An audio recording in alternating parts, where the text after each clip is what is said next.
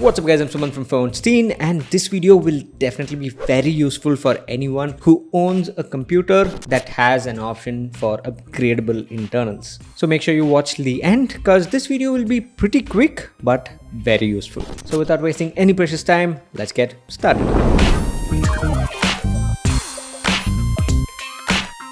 So in this video, we will be talking about storage. Yes, storage is a very crucial part of any computer or any device in general, and prices of internal storage have come down a lot, and especially with SSDs coming down in price like crazy. I think now is the time for anyone who has a hard drive to just ditch it, that is after you back it up, and switch it up with an SSD. Because I am a person who firmly believes that if you have a hard disk in 2024, I think it is a cruel thing to do to your machine. So let's take a look at how much it has reduced. Now you can get a 1TB PCIe Gen 4 SSD for as low as 6,000 rupees. Yes, this is from Crucial, and it has read and write up to 5,000 megabytes per second, and I think this here is an amazing starting point. Now even if you don't have PCIe Gen 4 support, you can opt for the PCIe Gen 3 version, and it is like 700 rupees cheaper. So I think this here is an amazing deal. Now you even have options for 500 gigabytes, 2TB, 4TB. Now even if you take a look at 2TB option, it's only 11,000 rupees, and there was a time when I bought a 1TB SATA SSD for 12,000 bucks, but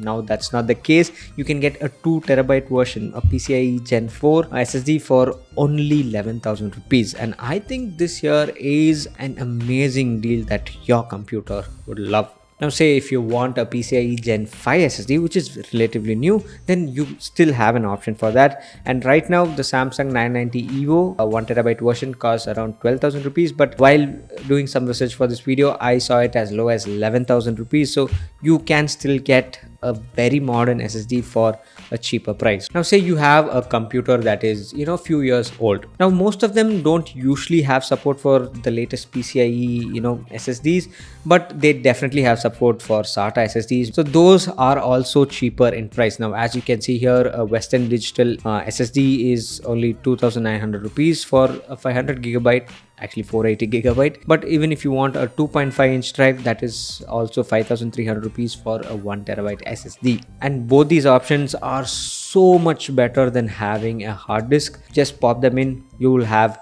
super fast storage. So if you're on a budget, or if your laptop or PC supports only SATA SSDs, then you still have an option to upgrade those and have faster experience. But if you're someone who wants external SSDs, now these haven't really gone through a huge price cut like their internal SSD counterparts. Now as you can see here, this SanDisk 1TB Extreme Portable costs 11,200, and I bought this for 12,000 rupees. So it's like 900 rupees price cut, and I bought that like 2.5-3 years back. So prices haven't dropped really a lot. But if you're okay with an SSD with a little lower read and write speeds, then you can get this Crucial X6 for 7,200 rupees. I mean, still a great choice. But if you want to go all DIY and make yourself your own external SSD, then I think the best option is to buy an SSD enclosure. So this one is from Orico. Now one of my most viewed video is about me transforming an old internal hard disk to an external with an enclosure. Now they have come up a long way, and now they have NVMe SSD enclosures.